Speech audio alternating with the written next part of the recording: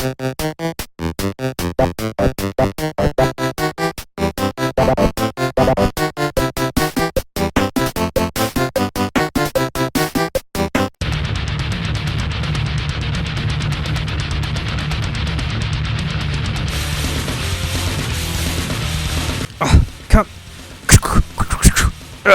it channel 3 or 4? I don't get it with this thing.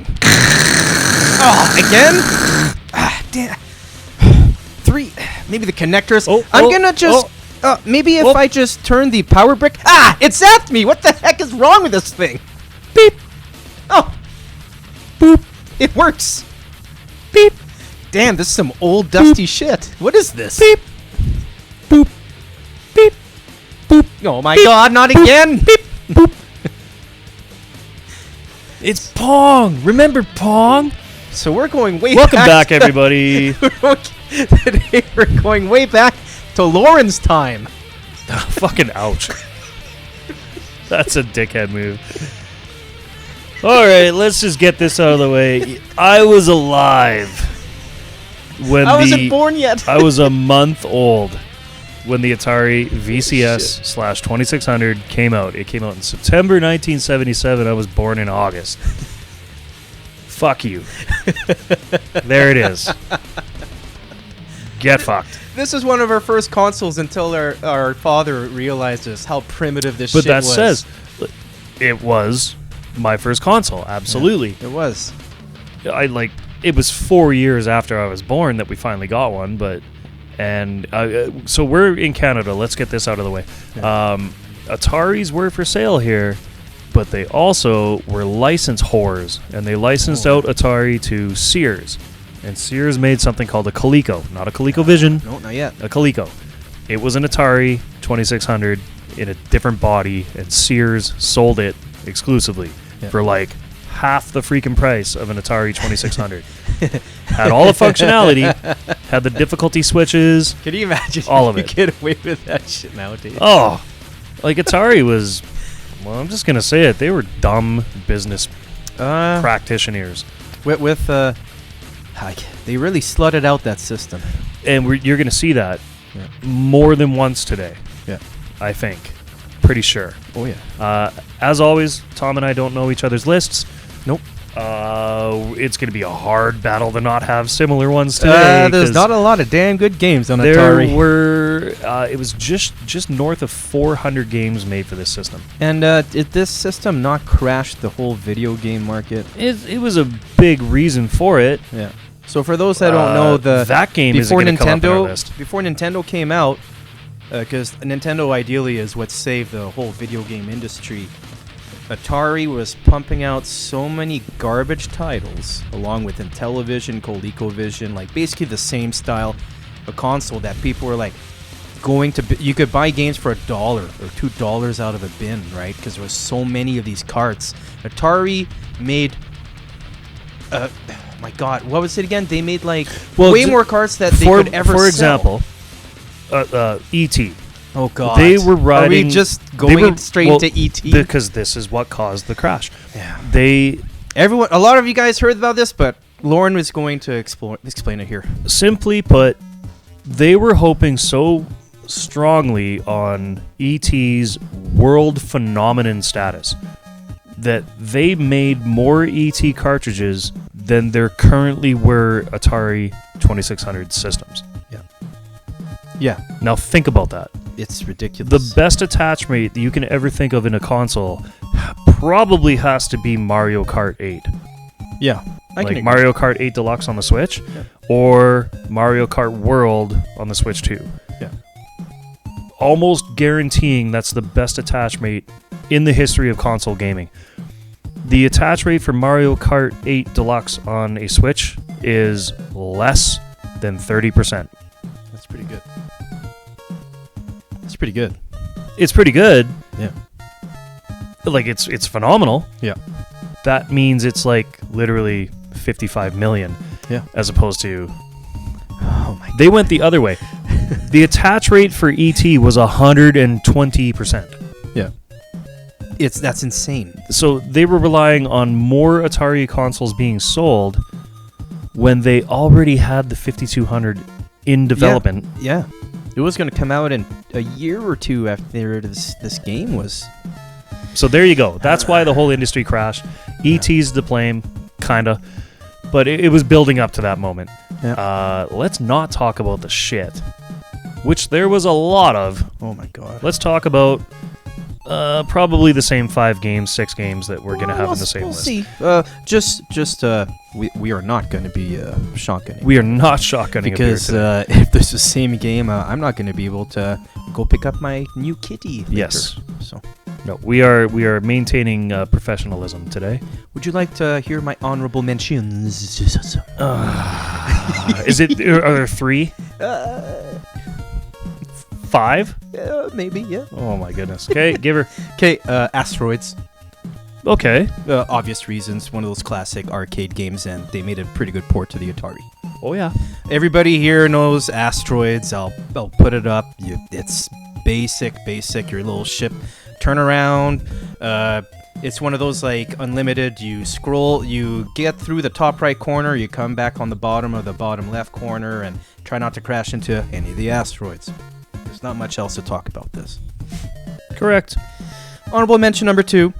Dig Dug, because, it's one of the first, I wouldn't call it a platformer, but you are somebody, you're going down, you're trying to beat somebody else to get the shit.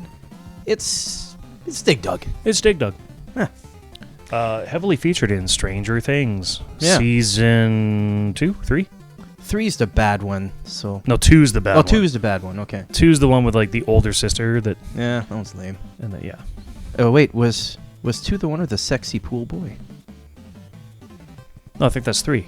Oh, okay, yeah, 2 was... Because Max and her older brother. Yeah, that's right. Who's the sexy pool boy. Yeah, sexy pool boy. Okay. Billy? Billy, maybe? Fuck, okay. Oh. Honorable mention number 3. Uh-huh. Qbert. So you end up jumping down, hit all the squares from going from yellow to blue, depending on what is yellow to depending blue on the or level to, yeah. Sometimes you had to double step. If there's enemies that come up, you got to get out of their way, and then if you go back, you turn it the opposite color it just was. So there's a lot of, and then when you go at the very top, does he ever swear? He goes, which is basically saying fuck. Yeah. But hey, Qbert. Okay. Honorable mention number 4, Donkey Kong. Guess they made a good port to it. It's a decent port. Yeah. It's like, hey, if you want to play Donkey Kong, you don't want to go waste your quarters, buy the cart. It's not that bad. You know? A whole lot better than Pac-Man. And honorable mention number 5, just because I couldn't put it in my top 5 because I only played one of the 3 carts, I believe. The 4th one never got released because it was supposed to be Air World. I'm talking about the Sword Quest series. Okay. So that's Water World, Fire World, and Earth World. Right. And they were supposed to do Air World, but they never had. And for some of you that never heard the Sword Quest series, it's one of the very earliest cryptic adventure games you could ever play because you needed the booklet. It came with a dial. There were secret messages in the booklet that would help you go through levels in the game. So it's like one of those, like, you have your comic book in this thing, you have your dial, and you need it to beat this game. Yeah. If you don't have that and you bought the cartridge, go on to Game FAQs and you'll have to print out a dial just to fucking get through all of this series. And I like the icons along the bottom. Yep. And it's still kind of very similar screens to Adventure. Yeah, absolutely. Yes. Okay. And the prizes for this, man. Oh my God. Yeah. Prizes of lore, I tell you. It's like you had a crystal sword with a golden hilt with legit crystals in it, okay? You had, what are the, like a philosopher's stone, legit gold and ruby encrusted with onyx stones around, like prizes back in the 70s that were worth $20,000 each, okay? In the 70s. Damn. $20,000 to $25,000 each. They had a crown, okay? They had a crown with oh my god, like, I'll post up the picture so you guys can see this, but it turns out that there's one guy that won the crown, and I believe someone else won the sword, or maybe not. But then one of the owners of Atari kept the Philosopher's Stone for himself. Of course. So no one ever saw it. They just saw a picture of it, and whatever happened, who won that one? No one did. He kept it for, because the game crash literally happened within this fiscal year. So like, Okay. it was gone, but they make competitions for this. So you imagine this back in the day. You're going to this room with a crap ton of CRT TVs on tables with a bunch of people playing Atari, and it's the first man or woman to beat this game that gets this prize. No. Like, I'm talking about like hundreds, if not more, people in this huge community hall or whatever. Like, Right. And anyway, like the Sword Quest series, I thought it was such a cool idea. I think if they were to have done something like this, more like in the 90s where graphics were better, whatnot, dude, you'd have so many, like imagine if it was like Zelda. You have to beat Zelda, you know, where you don't need to use your imagination so much, because for these games, you are using your fucking imagination, man. It left a lot. Because it's not a pretty looking game, but it is difficult, right? So those are my honorable mentions. All 17 of them. I have one. Let's hear it. So look, there's the 6 games that we choose. 6 for me, 34 for you. They're going to be pretty similar because there was a lot of trash. Oh, absolute. Mostly And, garbage than good stuff. I could go off on, I could say, what was it, Freeway? Which was essentially like a chicken across the road version of Frogger. Frogger, yeah. Right? Yeah. That was a great game. Grand Prix was a great game.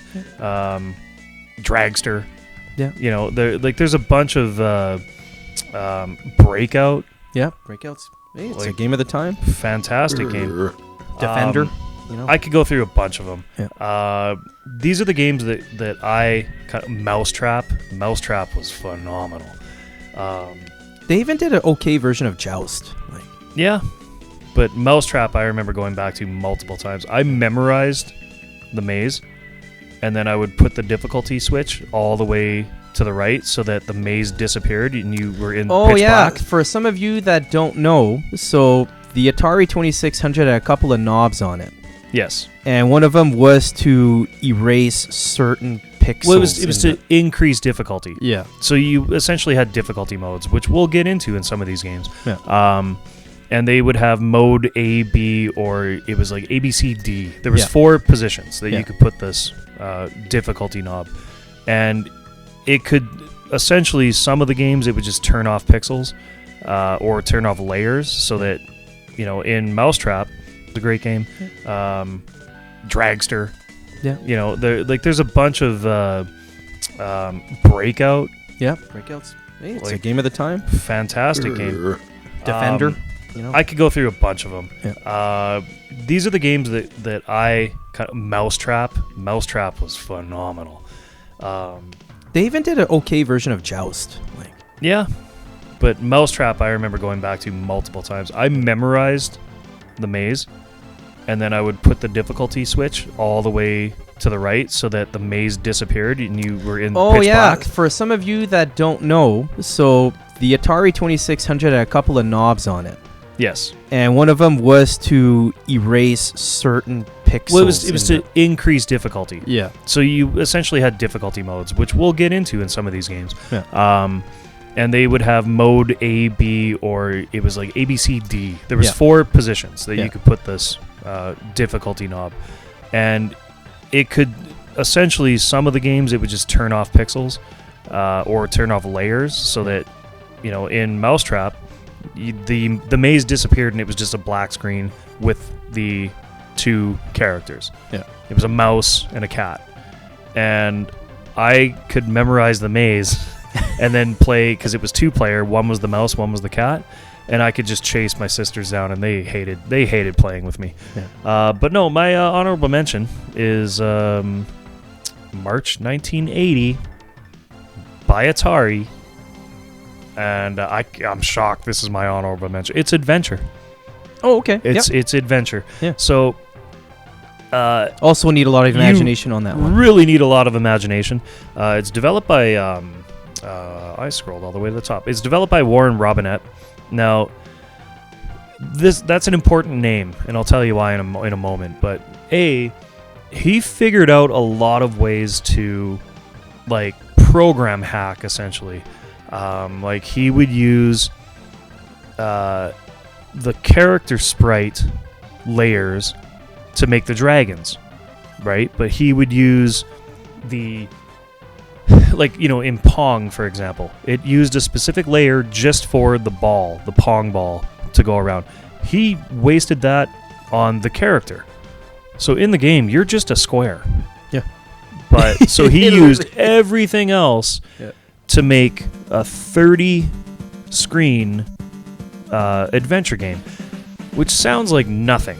But back then, big deal. Massive. Especially, we're talking about a cartridge that had 4 fucking kilobytes. Yeah, kilobytes. 4. That's it. And most you can maybe get like 1 or 4 screens. Like Final Fantasy 4 to whatever for Super Nintendo have 4 megs. This had 4 kilo. 1,000 times less memory. So you had to use creativity to develop and then to play it. Yeah. So, like, your sword was a fucking arrow. It was literally an arrow. Yeah. So the first time I saw a dragon, I don't know, like, have you played? I fucking panicked and I died. Like, I just panicked and didn't know how to run away. But here's the thing. So you see one and you run away off screen, it follows you. Because the dragons also move off screen. So the whole time you're walking around, the dragons are moving. So it's never guaranteed that they're going to encounter you in the same room. It's always different. Mind-blowing shit at the time, right? And it doesn't sound like it, trust me. But this was one of the first games that had enemies moving off screen. Yeah, that's a big deal. The object of the game is just to find the chalice and return it to the golden castle, one of 3. There's a gold, a white, and a black. Yeah. But you have to go around looking for these items. Like keys. There's white keys and black keys so that you can search these castles. There's hedge mazes. And again, there's the 3 dragons, and then there's that motherfucking bat who is moving around constantly, and if he's in an agitated state, he will move items around. And that's a pain in the dick. Yeah, because again, 30 screens. It's a pain in the dick. Go through each one. So yeah, your items, you got the sword, you got the magnet, and the only reason they put the magnet in the game is if you got an item stuck in the wall, then the magnet could get it out. It was essentially their debugging. And they just left it in the game. There's bridge so that you can get over like moats. There's keys, of course the dragons and the bat. This thing pioneered things like saved progress. Like when you died, you go back to the golden castle, but any items that you moved around, keep them. What the heck? The items that you moved around were where you left them when you died. So difficulty levels, the switches we were just talking about, A, B, C. Well, C was the hardest. It was the same as B, but it actually randomized where the items were. So every time you played it, it was totally different. Right, whereas A and B, it was just easy or hard, but the items were always in the same spot when you started the game, right? Random generation, which was pretty rare at the time before that. It did not invent it, but it popularized the Easter egg. And the reason for this, there's a super secret room in the game that you have to get through a weird way. When you go in there, it essentially just says, developed by Warren Robinett. Yeah. In vertical letters down the middle of the screen. And that's because Atari didn't like to give any of their programmers or developers They forbade it. Yeah, because then it would make other companies go, well, who made this game? This person. Hire him or hire her, like. So we're talking in the day when contracts didn't exist. Yeah. And everybody was poaching everybody. Absolutely. This was the time. Magnavox. Yeah. But not just, forget video games. IBM. Yeah. National Defense. They were all poaching programmers. Yep. And Atari didn't want anybody's name getting. Yeah, because Atari had they some literally of had some the of the best best coders. programmers and coders. Because not a lot of people learned BASIC back then. Some of the guys at Atari literally developed the code. Yeah, Like some of the guys involved with Atari developed C. that's a big deal, man. Like massive deal. Yeah. So he was actually disgruntled at the time, and he put it in there like about 2 months before he quit. And he hoped every single day, I hope nobody finds it. And nobody did. Nobody did. In fact, it was a 15-year-old kid in I think New Jersey or something that accidentally stumbled upon it, and he called Atari to let them know that how he found it. And the first guy that working for Atari that recreated it and found it himself as well, when he was tasked with removing it, they calculated it would have cost like $30-something thousand, and they were like, it's just not worth it. Yeah. And he said if I was going to change it at all, I would change it to fixed by my name.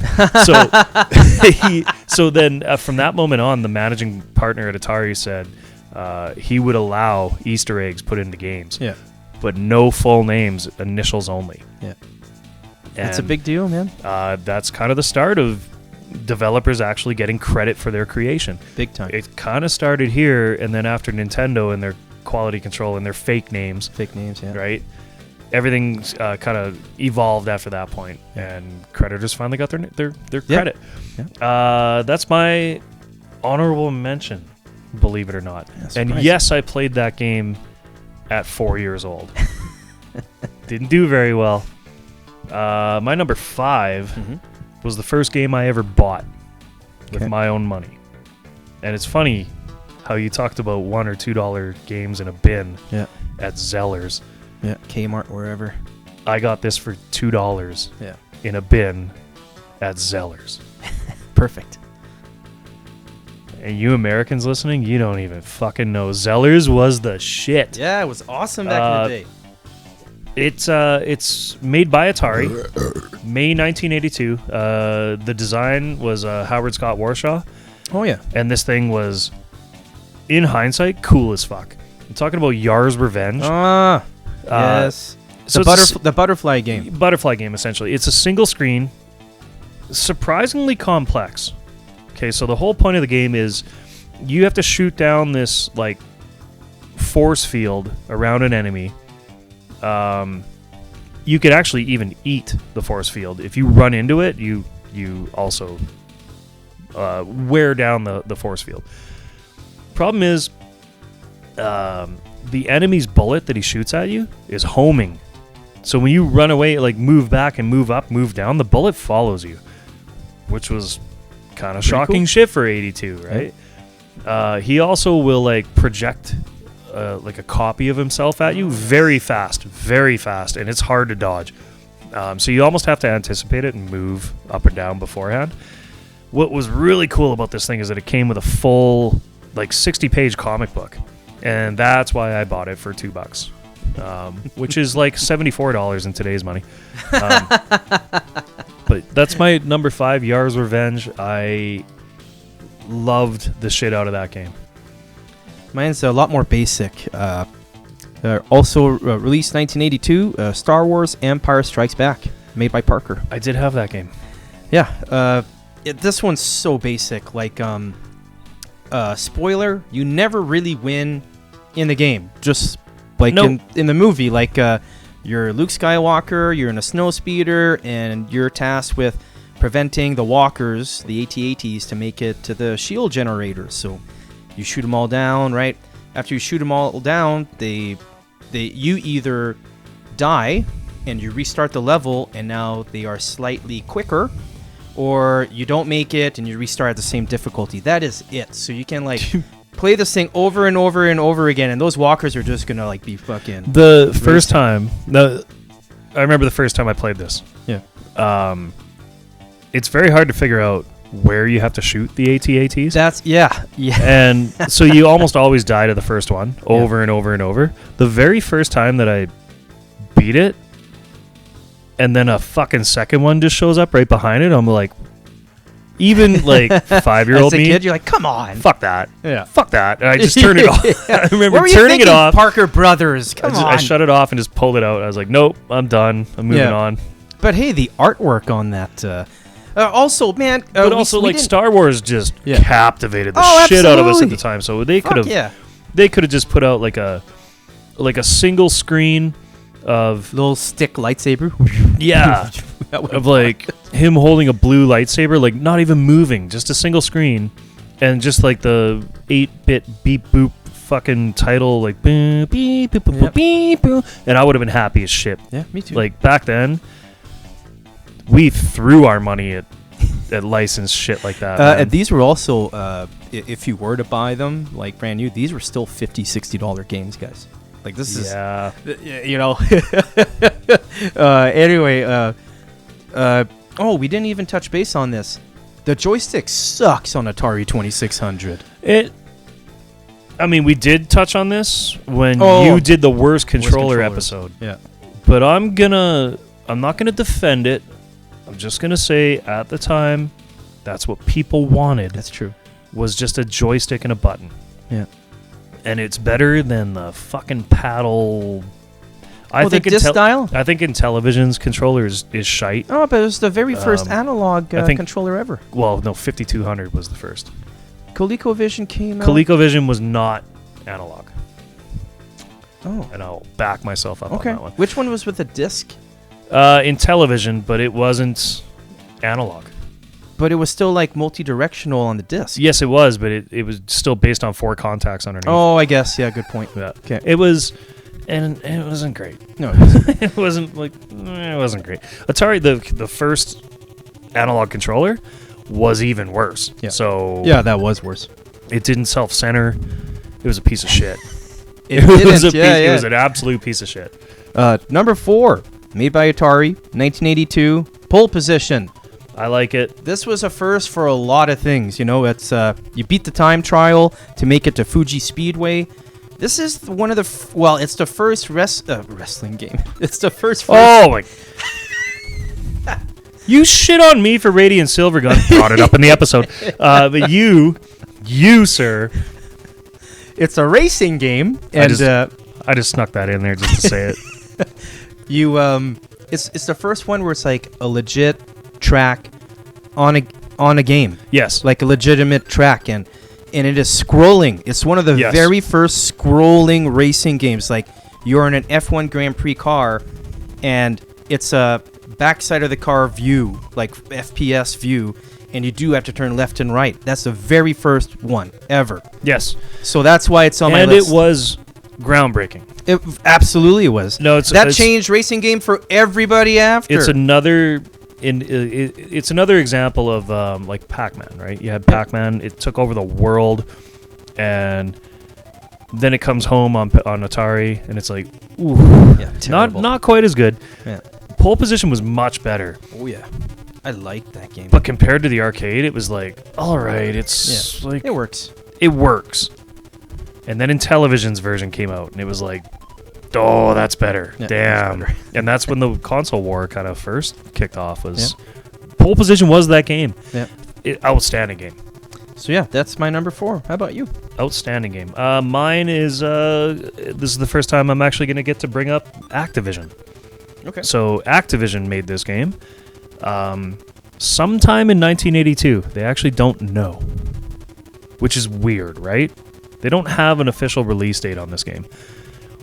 But while we're talking about this, Activision is a company comprised of former Atari employees. Yeah. Okay, now when disgruntled Atari. Absolutely, because this is during this war of not getting credit or good pay, therefore not getting good pay. Like a great example is literally Adventure. Yep. Sold like considerably well at I think US $25 a cart. It did very well. Robinette got paid like $28,000. Holy shit! Annual salary, not. He had no tie to the actual game revenue. He got paid a salary. Yeah. I would wager that Atari made probably $1 million off that game. Yeah, back in the fucking And he- early 80s. This is the era when one person is making games. Yeah. So he's solely responsible for that game. Not all of them, but some. Almost all of them at that Yeah. time. Like, there were no teams back then. The way Atari worked was a game coder was given almost full autonomy to do whatever they wanted. But generally, you didn't have but he got no a revenue fiscal off it. year. You had like a couple months to make these like games. some of these games where the crunch was terrible. Most of these, like Adventure, was over 10 months. Yeah. E.T. was this what, particular 3? game is a few. Sorry, E.T. He 3 had, months? No, he had 30-something days. 30 days. Right, because they Days. wanted it to release it before Christmas. That's right. Yep. This particular game, though, Yeah. is from the group of disgruntled employees that left to create their own company, and their rules essentially is what shaped the video game industry as we know it, and that was Activision. They weren't always evil motherfuckers. That's true. They were the good guys back in the day. Yep. This game is very similar to another game that's coming up in my list, but this one's called Skyjinx. So it's amazing how many people I know that played Atari games back in the day that don't know about this game. I never heard of it. So, for one, Activision box art, fucking Awesome. top shelf. Awesome. Like D&D stuff. Color. Yeah. The color that jumped off that box made you want to buy it. And you were using that box art for your imagination while playing these games. Yes. Because you were like, that's what it looks like in my make-believe.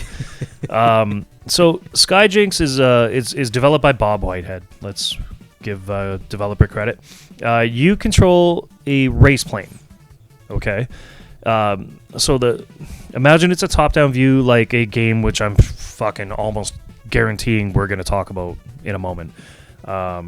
Yeah, instead of a river, it's a field. Okay. We're on the same page. So it's like a grassy field, and there's trees, and there's hot air balloons, and then there's pylons, red and blue pylons. And the whole point of this, it's like Red Bull plane racing. So it's a time trial, and you're doing a slalom course around these red and blue pylons, a right around the red, left around the blue, while avoiding balloons and trees, and using the joystick and the button to speed up and let go to slow down. That's it. You have to go through like 26 gates. Well, it's actually different. There's 5 different levels, which is cool. That's cool. And the 5th one is actually randomly generated. So that interesting. brings a lot of replay into it. Yeah. You're essentially it's time trialing and trying to find the most efficient way. Like, do you wait to go around that tree, or do you go around it early? You know, I see. this game, Grand Prix Dragster, these are the ones that fueled my addiction to like speed running. Yeah. And like even when Mario came out, it was how fast can I beat the game? How fast can I like how much time can I have left on the timer when I beat it, right? This game is like, it's maybe the best of the timed games on Atari, like Grand Prix Dragster, right? Absolutely my number 4.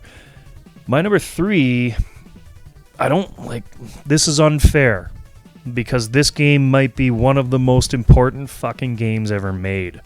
Okay. A lot of games took inspiration from this. Again, made by Activision. September 1982. So 82 was a big year for Activision. Designed by David Crane, who also happened to be the head of Activision, and I'm pretty sure it's in your list. It's Pitfall. Pitfall. It's Pitfall. Big deal. When the Tarzan song, when you go over the... Yeah. Oh! It sounds terrible, but hey, man, it was all we had back then. So right off the bat, I gotta say it. You can go left? Yes. What? Yeah. You can go left? Surprising. Blew my mind. You can go left. Yeah. I think the only other game that did that like would have been Metroid years later. Yeah, years later though. Yeah. Damn, man! Surprising. Like, it absolutely blew my mind. You can go left. So he had to manipulate the shit out of Atari to make this damn game work. Like the hardware, he had to manipulate the shit out of it to the point where the sequel, he had to put like we always talk about Super Nintendo and the FX chip. This is it. This is the first code chip that went into a cartridge to be able to even run the code. Interesting. Pitfall 2. Yeah, Pitfall 2. He had to put a custom code or a custom chip into it to even make the code run. And that custom chip had extra memory on it. It was 2 kilobytes? This guy pushed Atari. So let's just go over your what? Pitfall Harry. Yeah. And fuck, I don't even remember at this point. You're looking for gold, essentially, right? You're just trying to pick up gold, but you can swing on vines. You can dodge the alligators, jump over threats. You can jump on crocodiles, which a lot of people never did figure out. As long as you move to his eyes and you weren't standing on his mouth or her mouth. Yeah, could be either one. It could be either. You can climb down ladders and then go into the underground. Yeah, very cool. But by moving underground, sometimes you actually missed opportunities up on the top. Yeah. It was like, you pick up cash bags, gold bars, diamond rings, and points while the whole time it's a 20-minute countdown running. And it was groundbreaking code because it actually had 255 levels, like 255 screens, and it occupied less than 50 bytes. So the way he generated the levels was essentially off like a hex table value, and it was groundbreaking shit. But yeah, that's my number 3. Okay, no question. It's a good one. Yep. My number 3 is a brain dead one. Everybody played this. Made by Konami. This made probably hundreds of ports and sequels. It even spawned a fucking Saturday morning cartoon, Frogger. Yeah. It's Frogger. It's Frogger. It's a phenomenal game. It's a great game. You're a frog on one side. You got to make it to the other. Go past the freeway. Jump on some logs. You got to fucking get your frog in each little insert. That's all there is to it. But it's mindless fun. You could play this for a long time without getting totally bored. But after a while, you will. It's not Gran Turismo 4. No, it was back then. These simple single screen games. It was all about maximizing manipulation of the game, so that you made sure you got your in this case you had 5 spots on the top to put your frog home, right? And you have to get all 5 home. Level, and the next level would be slightly different, but not by much. No, but it's Frogger. Different enough, right? Where you had to learn the timing of the lily pads dropping off and coming back, or the crocodiles, or which again, it's always the logs that got me. You can jump on the crocodiles, you just can't jump on their mouth. Yep. So Frogger. There's not much else to say about Frogger. It's a great game. It deserves to be in the list. Number 2, made by Activision, 1982, River Raid. River Raid. Oh, fuck. You're not on number 2 for River Raid 2, are you? Yes, I am. I'm not shotgunning anything. Okay, we'll just finish. Okay. What we have. Oh, fuck. I'm half. We'll be back.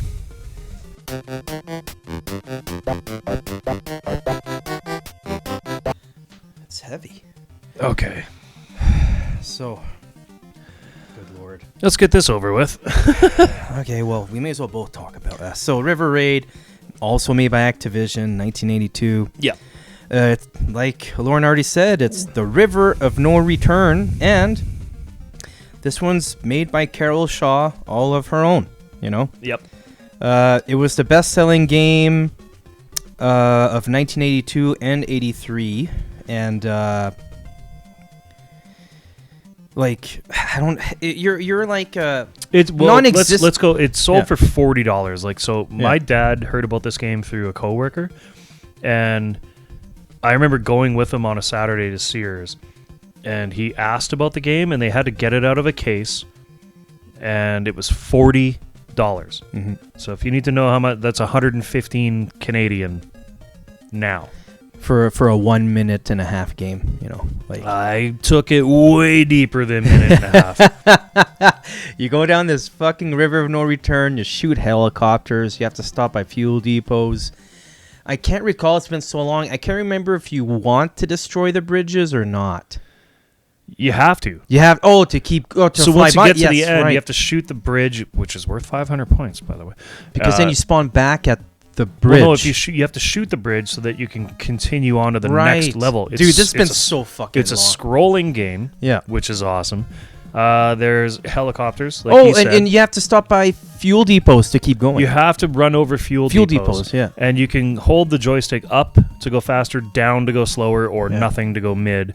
Yeah. And when you were going over the fuel depots, you had to slow down so that you could get more fuel as you ran over it. That's right. Or you could shoot the fuel depots and get points, but I mean, it gets to the point where they're so sparse, you need them. Yeah, because eventually, the longer you make it down the river, there's less and less fuel depots, I think. Yes. Yeah. And more enemies. That's right. Like you said, there's helicopters, there's tankers, Yeah. like oil tankers that you have to shoot down. There's jets, and they're tough because they're moving fast and they shoot at you. And then, I think you get an extra life every 10,000 points. Yeah. Which is a big deal because you need them. It starts getting very, very narrow in spots, and if you hit the riverbank, you're dead. Yeah. So just imagine you're like in a canyon, right? You can't hit the sides.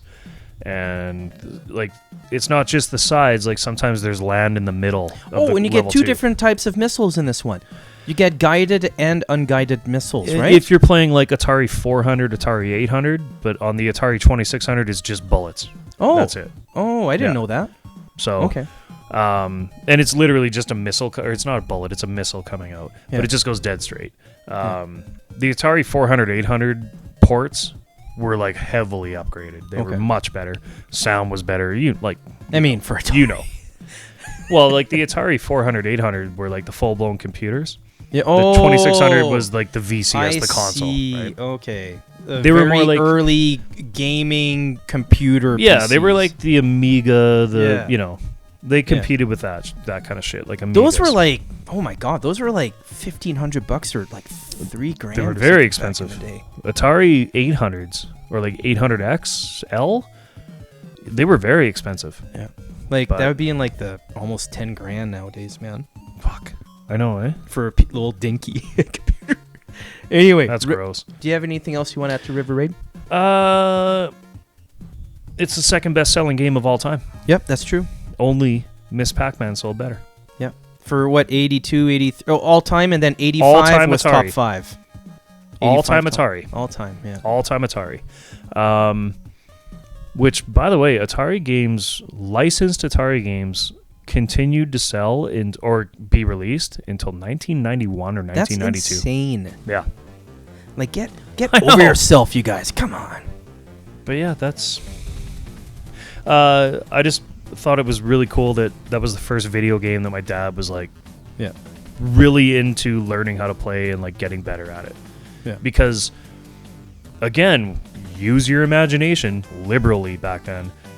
That was the first game where he saw it. He saw the jet fighter flying in the canyon like just over the river, and like that intrigued him. Yeah, so because it's cool. It's very cool. It was a very cool game. So we're going to switch it up this time. I'm going to say my number one first. Beautiful. So a lot of you people know that I love a specific type of movie, and I have a huge hard-on for these style of movies, and this is the game that started it all for me, before even Nintendo. Uh-oh. And it's called Sequest. Okay. It's made by Activision. Yep. You're a submarine. And again, so many Activision games. Yes. You're a submarine, and you're there to rescue divers. But at the same time, there's enemy subs that you have to torpedo down, right? And you can collect up to 6 divers, but then you have to surface so you can go back down and get more divers. But every time you surface, the difficulty ramps up. And this is also at the same time that even if you didn't collect any divers, you have a limited amount of oxygen, so you still have to surface to get more oxygen. So the game gets difficult fast, okay? And then eventually, if you shot enough enemies, because the enemies are going to respawn, if you shoot enough enemies and you rescue enough divers, now there is a submarine on the surface, so it becomes even more hard for you to surface and get oxygen or release the divers. So this one I found to be super difficult, and it is the very first submarine thing I've ever, like, I've never seen submarine movies yet at that point, but I was playing a submarine game, and eventually, you know, Silent Service came out, Silent Steel came out, Das Boot, you know, like, The Hunt for Red October. I'll stop, but oh no, I don't know what it is with my fascination for a vessel I love when underwater. you find somebody's origin story, you know. That's where it comes, dude, because I was like, I swear there was, and then I saw this video online of this game. It's like, what's one of the first sub games ever made? I'm like, holy crap, I had this game. Yeah. And it like gave me like flashbacks, man. I was like, whoa, Sequest? And I looked at the box art. I'm like, yep, fucking had it, man. Yeah, and again, beautiful. I looked at that box art, and that was the sub that I was using in my Atari imagination. box art was keepable. Yeah, man. You know what I mean? Like, you loved keeping it on the shelf. Fuck yeah. When it got to Nintendo and like Super Nintendo, I don't know what in our brains thought, let's throw this out immediately. Like getting home from I wish I would have kept all the boxes. Getting home from Toys R Us and just literally pitching. And of course, back then we didn't even have recycle bins, so it went in the normal garbage. Yeah, garbage. Ooh. Yeah. Plastic, cardboard, and everything. Yep, fuck it all. Oil. Motor oil. Guilty. But no. Jesus. But no, God damn it. oh no, that's just our characters. So we would never broken glass. Fuck it. Hypodermic needles. It's fine. It's all one trash. It's going to be under Rundle Park. It's all fine. Just mercury in a Tupperware. But no, like, it was just, I don't know, it was for whatever reason the box art was like top shelf.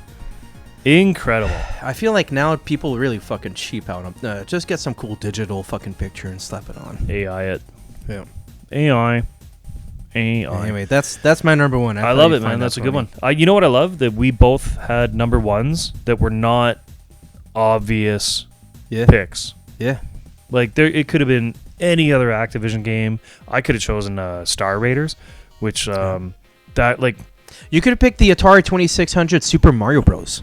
Yeah, you sure could have. You could have. You could have picked Miss Pac-Man. That's a big. Miss Pac-Man was a big deal. Yeah. But it still did not look anything like real Miss Pac-Man. We could have picked Defender, you know, or Asteroids. Missile Command, or Centipede, Missile Command, Chef Kiss. Sorry, is it Centipede or Millipede?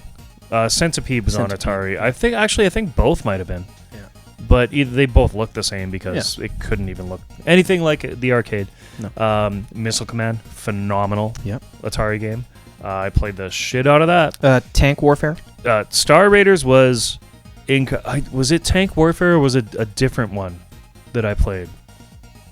Like Battle Tank or something like that. Well, it's like where you had like, it was like Breakout for 4 tanks, and you had to like defeat their force field so that it would eventually. Oh no, you got the wrong game because that is my number one. Oh, what one am I talking about? That game, developed by Atari in 1981, is called Warlords. Oh, Warlord. Okay. And okay. Yes, I did play that. This game is fucking boss. Yeah, that so is it's like fun. Breakout, but with 4 players. Yeah. Okay, but it's also it's not tanks. It's magicians, and it's a fucking dragon fireball bouncing around. Okay. But the chaos in this game. Oh yeah. Okay, so hear me out. Fuck. It's so funny. I thought it was called Tank. No, it's so first totally off, not. you couldn't play this game with a normal controller. You had to play with the paddle controllers. Yeah. So the Atari paddle controllers were actually because of Breakout and how Breakout was a 2-player game. They designed it so that 2 paddle controllers went into one controller input. Yeah. So they were daisy chained together. Whether you played it 1-player or 2-player, you plugged in both controllers into the player 1. With Warlords, you could get a second set and plug in 4 players.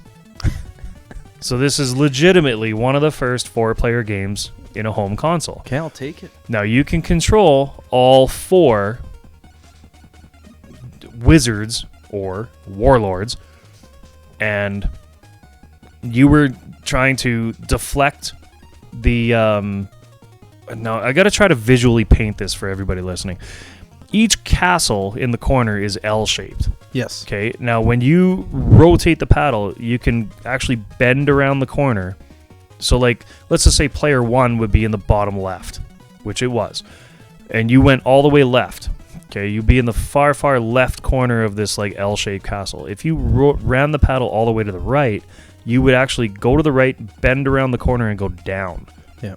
And now picture that for all 4 players. So as this fireball is bouncing around, you're trying to deflect it away from your castle walls, but also knock down their castle walls. Now, as soon as the first player is eliminated, they turn into a fucking fireball. Yep. So now you got 2 Yep. running around. But also, there's a timer, and if the timer counts down to 0, a third fireball will bounce around, and you can have up to 4 fireballs bounce, and it's fucking chaos. It is chaos. This is Bomberman before Bomberman. Okay, I'll accept that. Bomberman before Bomberman was Bomberman. Yep. Okay? Love this fucking game. Let's get like the housekeeping out of the way. This started as an Atari game and then was ported to arcade. Okay. So they saw the development in-house at Atari, like for the VCS, and they went, that's a great idea. Let's make a hardware cabinet out of it. And it was a cocktail cabinet so that you could sit down at each corner, right, and control it from a cocktail cabinet.